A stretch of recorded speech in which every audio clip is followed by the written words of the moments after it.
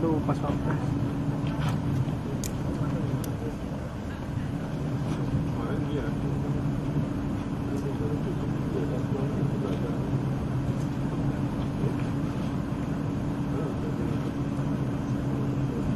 Pas pampresnya nggak.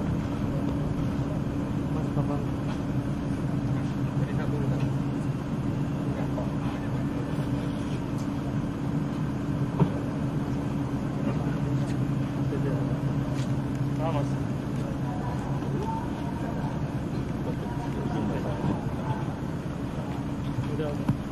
Yang kami hormati Bapak Presiden Republik Indonesia, Bapak Joko Widodo, Bapak Menteri PUPR, Bapak Kepala BNPB, Bapak Gubernur, Bapak Wali Kota, Bapak Dirjen yang kami hormati. Terima kasih atas kedatangan Bapak Presiden Republik Indonesia yang telah datang di pembangunan fasilitas penampungan karantina Pulau Galang ini. Perlu kami sampaikan Bapak Presiden yang kami hormati bahwa pembangunan di Pulau Galang ini area adalah lebih kurang 16 hektar. Terdiri dari zona A adalah sekitar 2,4 hektar. Zona B adalah sekitar 13,6 hektar. Total 16 hektar. Jadi Bapak Presiden ini ada 3 zona. Pertama adalah zona A yang merupakan mes pegawai, lalu mes perawat dan juga mes dokter dengan jumlah 158 tempat tidur Bapak yang renovasi, betul Bapak.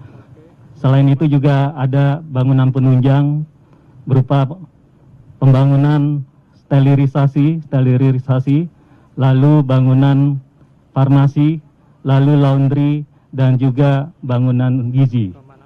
Di samping itu juga nanti kita sudah membangun untuk gedung dan juga untuk powerhouse.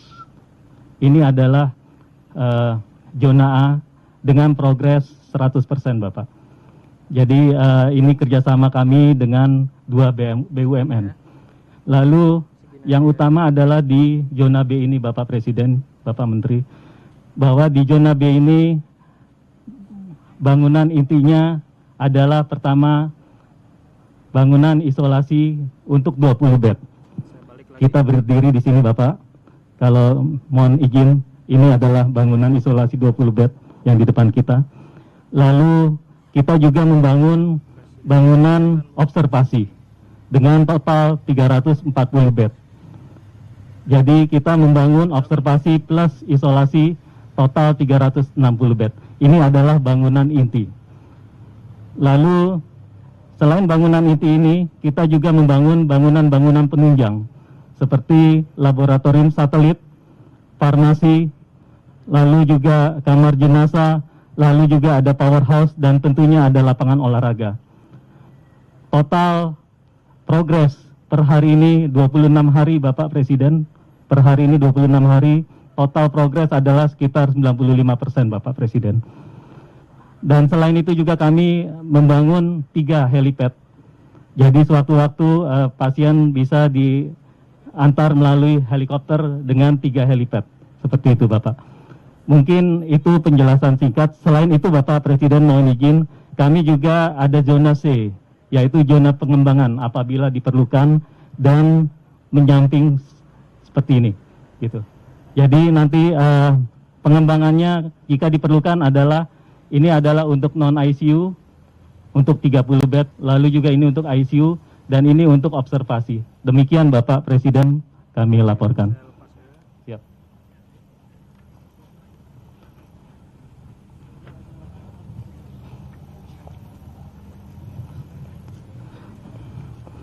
Ini jadi sebelum ketika pasien masuk, nanti akan di-screening, ini screening. Sebelah kiri kita bangunan screening, nanti dari situ akan terlihat apakah termasuk ODP, PDP, atau dia masuk ke dalam isolasi. Nah, ini yang di depan kita Bapak Presiden adalah helipad yang tadi kami jelaskan, ada 3 helipad. Bang, saya stop ya. Belakang itu adalah helipad. Lanjut dulu. Oke. Sini juga loh. Ini kita izin Bapak Presiden, kita akan memasuki ruang isolasi yang 20 meter.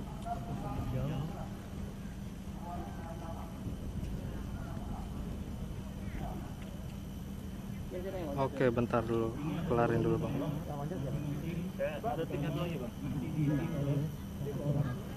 Nah dia ini udah masuk ke. Nah ini dia udah masuk ya. Saya cut ya. Saya jalan ya. Kalau zigzag memang kelihatan aja.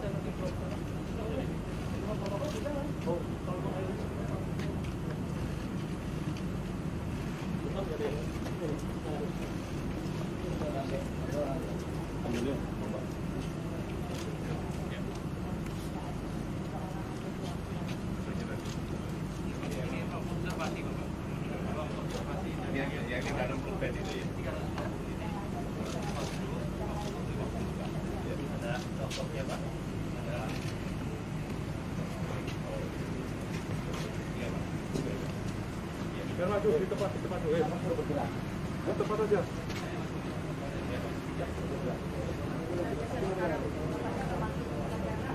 Tempat ya.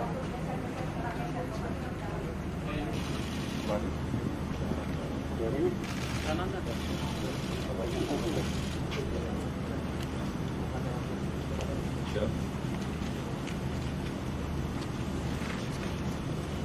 Pareo. Presiden, selamat siang Pak. Suartono, Kompas, dari Kompas Jakarta Pak.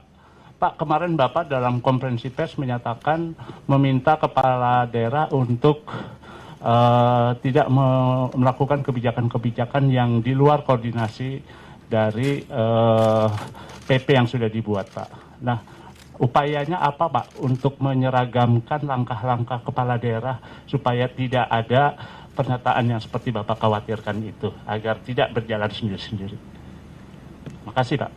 Ya, kita ini kan bekerja berdasarkan aturan undang-undang yang ada. Kita bekerja juga karena amanat konstitusi. Jadi pegangannya itu aja. Kalau ada undang-undang mengenai kekarantinaan kesehatan, ya itu yang dipakai. Jangan membuat acara sendiri-sendiri sehingga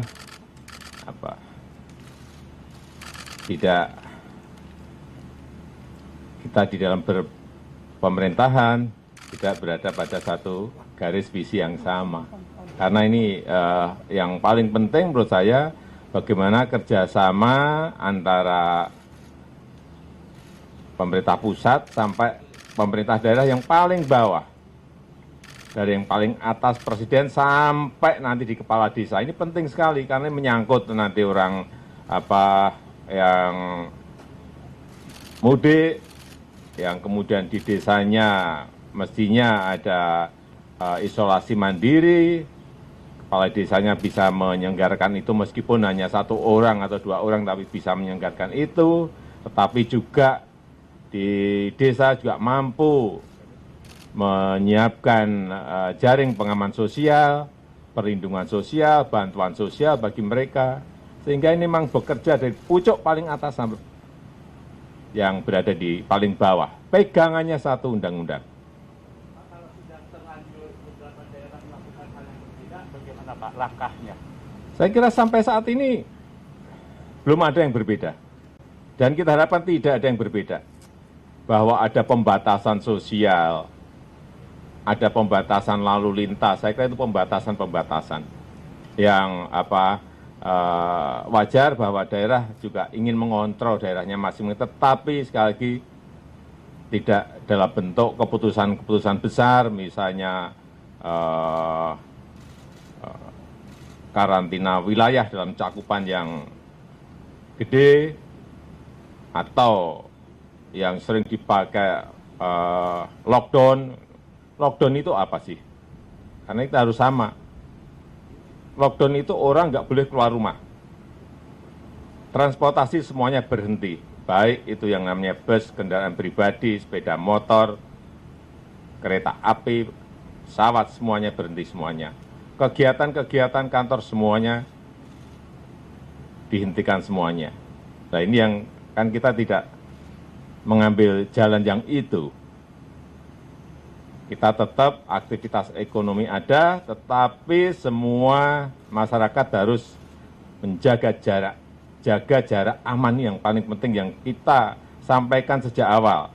Social distancing, physical distancing itu yang paling penting. Jadi kalau kita semuanya disiplin melakukan itu, jaga jarak aman,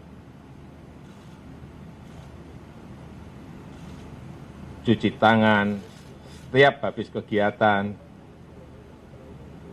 jangan pegang hidung, mulut, atau mata, kurangi itu, kunci tangan kita, sehingga penularannya akan betul-betul bisa dicegah.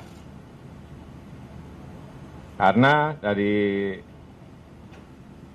pengalaman 202 negara yang telah membuat policy kita pelajari, semuanya ada plus dan minusnya.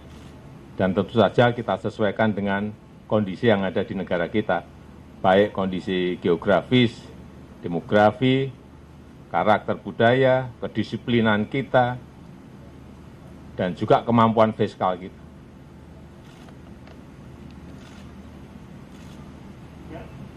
Agus Siswanto dari CNN Indonesia, Pak Presiden. Mohon izin, mungkin kami dari daerah ingin kepastian terkait fasilitas operasional observasi dan karantina ini, kapan pastinya dioperasikan? Terima kasih Pak Presiden. Ini maksimal Senin sudah bisa dioperasikan. Memang ada keterlambatan kemarin, 3 hari 4 hari, karena ada transportasi untuk bahan-bahan material yang terkendala karena cuaca. Pak Andi, Pak, dari RRI, Bapak setelah melakukan peninjauan, kemudian melihat langsung kondisi di sini, bagaimana tanggapan Bapak, Pak? Kemudian untuk pemanfaatan rumah sakit ini sendiri, nantinya apakah akan jadi alternatif jika terjadi pembeludakan begitu pasien di daerah ataupun di Jakarta, atau bagaimana nanti Pak rumah sakit? Terima kasih. Ya semuanya ini memang kita rencanakan dan kita siapkan. Kita berharap tidak terjadi, tapi paling tidak kita siap. Wisma Atlet kita siapkan 2.400 bed siap, tetapi alhamdulillah sampai saat ini baru digunakan 400. Di sini juga sama, 360 bed, dan untuk isolasi 20 yang ICU, 30 yang non-ICU. Kita harapkan ini nggak dipakai, tapi kita siapkan, kita siap. Sejak awal saya sampaikan ini dibangun memang untuk menyiapkan itu. Kita harapkan nggak dipakai. Nah, nanti kalau sudah semuanya selesai, baru ini akan kita alihkan kepada penggunaan yang lain. Rencananya memang untuk rumah sakit, penyakit-penyakit menular, dan riset penyakit dan rumah sakit penyakit menular. Kita harapkan ini nggak dipakai. Kita berharap ini tidak dipakai. Tapi kita juga harus tahu bahwa sekarang ini setiap hari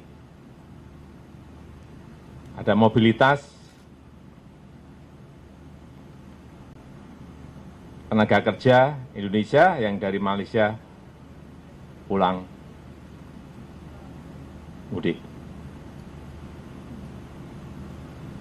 Ini harus dikontrol, harus diawasi, harus dicek, sehingga betul-betul semuanya pada keadaan bersih dan tidak membawa corona masuk ke desa. Ya. Terima kasih Pak Presiden.